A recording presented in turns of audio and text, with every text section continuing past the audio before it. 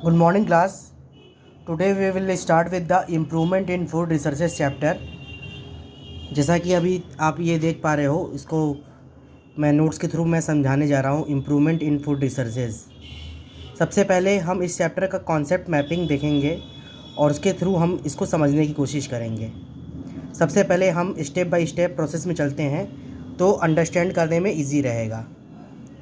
जैसे सबसे पहले होता है फूड रिसोर्सेज में improvement in food resources like crops. Crop क्या होता है? तो जो लार्ज जोग्राफिकल एरिया पे हम जब किसी मल्टीपल ग्रेन को ग्रो करते हैं तो वो क्रॉप कहलाता है लार्ज जोग्राफिकल एरिया में। ठीक है, जब सिमिलर काइंड ऑफ क्रॉप्स जो हों वो लार्ज जोग्राफिकल एरिया पे जो ग्रोन करते हैं उसको क्रॉप कहते हैं। जब से इस वीडियो में आप जैसे कि आप देख सकते हो, जैसे कि मैंने नोट्स में इसको पूरा इलेबोरेट किया हुआ है। सबसे पहले जो क्रॉप होता है उसको 3 टाइप्स में डिवाइड किया जा रहा है, जैसे crop variety improvement, crop production improvement और क्रॉप प्रोटेक्शन इम्प्रूवमेंट।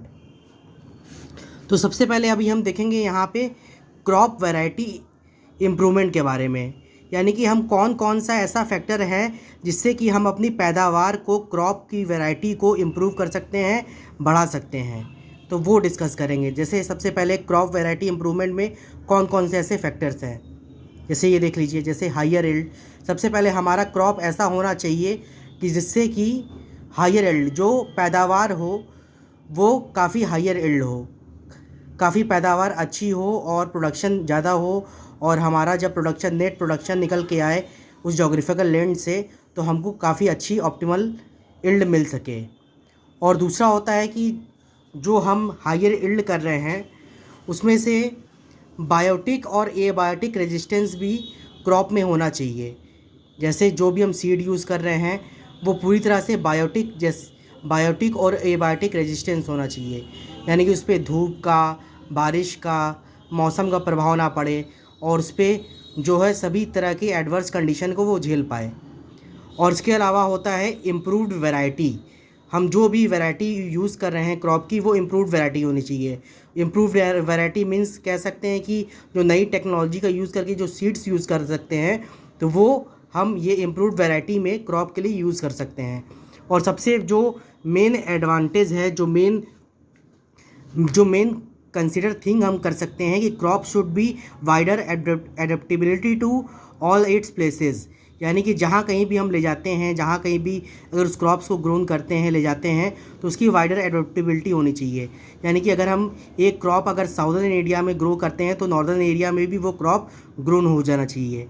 तो इस बेसिस पे क्रॉप वैरायटी इम्प्रूवमेंट के जो फैक्टर हैं, सबसे पहला है फैक्टर हाइयर यील्ड का, फिर दूसरा है बायोटिक और एबायोटिक रेजिस्टेंस का, तीसरा है इम्प्रूव्ड वैरायटी का और चौथा है वाइडर एडेप्टेबिलिटी का। तो ये क्रॉप्स का सबसे पहला हुआ क्रॉप वैरायटी इम्प्रूवमेंट, यानी कौन कौन सा ऐसा टेक्निक हम यूज़ कर सकते हैं जिससे कि हमारी वैरायटी इम्प्रूव कर पाए। अब दूसरे पे चलते हैं, दूसरे मेथड पे, क्रॉप प्रोडक्शन इम्प्रूवमेंट। अब प्रोडक्शन इंक्रीज़ करने के लिए हम क्या क्या कर सकते हैं? भाई प्रोडक्शन तो हमारा ऐसे इंक्रीज़ हो नहीं जाएगा। सबसे पहले जो सॉइल है वो न्यूट्रिएंट स्पेसिफिक होती है, उसमें अलग अलग तरह के न्यूट्रिएंट होते हैं, तो उसमें से न्यूट्रिएंट को बढ़ाने के लिए हम अलग अलग तरह के मैन्यूर, फर्टिलाइजर्स ऐड करते हैं, इरिगेशन करते हैं, क्रॉपिंग पैटर्न बदलते हैं। तो ये सब सारे टेक्निक्स जब हम इम्प्लीमेंट करते हैं तभी हमारा प्रोडक्शन बढ़ पाता है। तो सबसे पहले जो फर्स्ट कंडीशन देखा जाता है कि न्यूट्रिएंट मैनेजमेंट करने का, उसमें हम मैन्यूर और फर्टिलाइजर्स जो है वो हम फील्ड में ऐड करते हैं। मैन्यूर जो होता है वो अपने आप फील्ड में क्रिएट हो जाता है, वो मैन मेड होता है। मैन्यूर जो होता है वो नेचुरल होता है, और फर्टिलाइज़र जो होता है मैन मेड होता है। मैन्यूर जो होता है वो काउडंग केक वगैरह हो गया, एनिमल पील हो गया, पत्तियां झड़ती हैं वो हो गया, वो मैन्यूर हो गया। तो ये जो क्रॉप की फर्टिलिटी होती है वो उसको लेस अमाउंट में बढ़ाता है, लेकिन कोई नुकसान क्रॉप्स को नहीं पहुंचने देता है। और in comparison to other thing like fertiliser जो होता है लाइक एनपीके वगैरह हो गया, एनपीके नाइट्रोजन, फास्फोरस, पोटेशियम, ठीक है, वो हम फील्ड में ऐड करते हैं कि जिससे कि हम उसकी प्रोडक्शन को इंक्रीज़ कर पाएँ। इसके अलावा इरिगेशन भी करते हैं। इरिगेशन करेंगे तभी हमारी पैदावार बढ़ेगी, तभी खेतों को पानी पहुंचेगा, तभी हमारा फसल ग्रोन कर पाएगा। ये इरिगेशन कहाँ से होता है? तो इरिगेशन ये वेल से, रिवर से, लाइफ सिस्टम से, तो ये इन अलग अलग जगह से होता है। इसके अलावा क्रॉपिंग पैटर्न भी बहुत मोस्ट इम्पॉर्टेंट थिंग है जो कि हमको देखना पड़ता है। क्रॉपिंग पैटर्न में जैसे हो गया मिक्स्ड क्रॉपिंग हो गया, इंटर क्रॉपिंग हो गया और क्रॉप रोटेशन हो गया, जिसके बारे में डिटेल में हम लोग पढ़ेंगे। मिक्स्ड क्रॉपिंग यानी कि दो फसलों को एक साथ जब हम खेतों में उगाते हैं, जो उसके सिनोनिम्स क्रॉप्स होते हैं वो एक साथ ग्रोन कर सकते हैं। और इंटर क्रॉपिंग जो होता है, इंटर क्रॉपिंग रो और कॉलम वाइज में हम इंटर क्रॉपिंग करते हैं, जिसका डिटेल स्टडी में हम लोग आगे चल के पढ़ेंगे। ये अभी हम लोग कॉन्सेप्ट मैपिंग पढ़ रहे हैं। फिर क्रॉप रोटेशन, हम हर साल एक ही तरह की खेती नहीं कर सकते हैं, हमको अलग अलग खेती के टेक्निक्स और अलग अलग खेती के तरीके भी बदलने होते हैं, जो कि हम देख पाते हैं। क्रॉप रोटेशन उसी का नाम है। इसके बाद है थर्ड हमारा क्रॉप प्रोटेक्शन इम्प्रूवमेंट। भाई हमारा वैरायटी इम्प्रूव कर गई, हमारा प्रोडक्शन बढ़ गया, अब हमको क्रॉप को बचाना भी है, क्रॉप को प्रोटेक्ट भी करना है। तो क्रॉप प्रोटेक्शन इम्प्रूवमेंट उसमें है कि हम फील्ड में कैसे अपने क्रॉप्स को अलग अलग वीड से, इंसेक्ट से, डिजीज़ से किस तरह से बचाएंगे। तो उस तरह से अगर हमको देखा जाए तो crop protection in the field करना पड़ता है। ये इसका फर्स्ट पार्ट है। फर्स्ट पार्ट में कॉन्सेप्ट मैपिंग बता रहा हूँ। जैसे वीड से, वीड जो होता है, जो unwanted crops grown along with the main crop, उसको वीड बोलते हैं।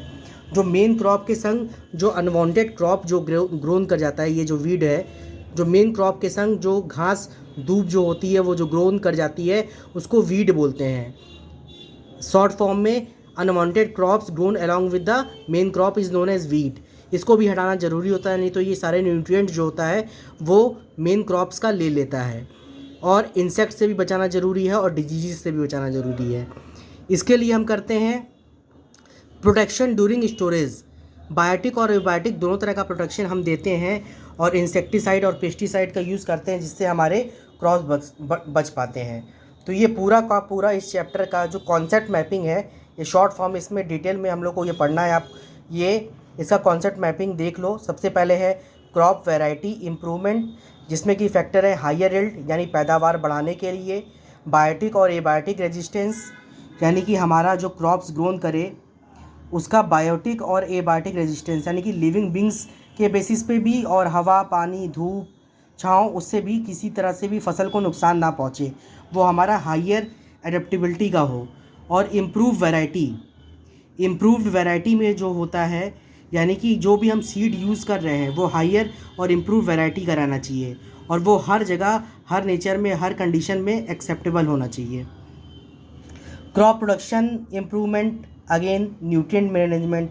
जो सॉइल में अलग अलग तरह के न्यूट्रिएंट होते हैं, 15 तरह के न्यूट्रिएंट होते हैं, जिसको कि मैक्रो न्यूट्रिएंट और माइक्रो न्यूट्रिएंट बोलते हैं। जो प्लांट को ज़्यादा अमाउंट में चाहिए और ट्रेस अमाउंट में चाहिए, तो उनका भी मैनेज करना ज़रूरी होता है। और उनकी फर्टिलिटी को बरकरार करने के लिए हम मैन्यूर और फर्टिलाइज़र्स का भी यूज़ करते हैं। इरिगेशन करोगे तभी, पानी जब खेतों में जाएगा तभी क्रॉप्स हमारा ग्रोन करेगा।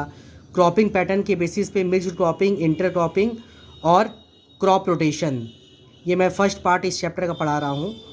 तो मिक्स्ड क्रॉपिंग यानी कि दो तरह की खेती जो होती है एक खेत में करना, ठीक है। जैसे सरसों की खेती हो गई, ठीक है, और उसके संग जो अलग उसके सिनोनिमस क्रॉप हैं वो आप कर सकते हो।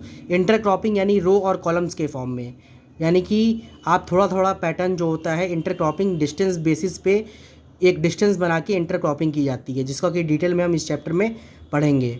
और क्रॉप रोटेशन जो हो गया, यानी कि हर साल हम एक ही तरह की खेती नहीं कर सकते हैं, क्योंकि अगर एक ही तरह की खेती करेंगे तो बार बार एक ही तरह के न्यूट्रिएंट वो फील्ड में से वो क्रॉप जो रहेगा वो स्ट्रक करेगा, और जिसकी वजह से उसकी फर्टिलिटी जो होती है वो डिक्रीज़ हो जाएगी।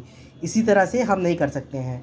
तो ये 3 टेक्निक्स का क्रॉपिंग पैटर्न का यूज़ करने से हमारी वैरायटी जो होती है इम्प्रूव कर जाती है।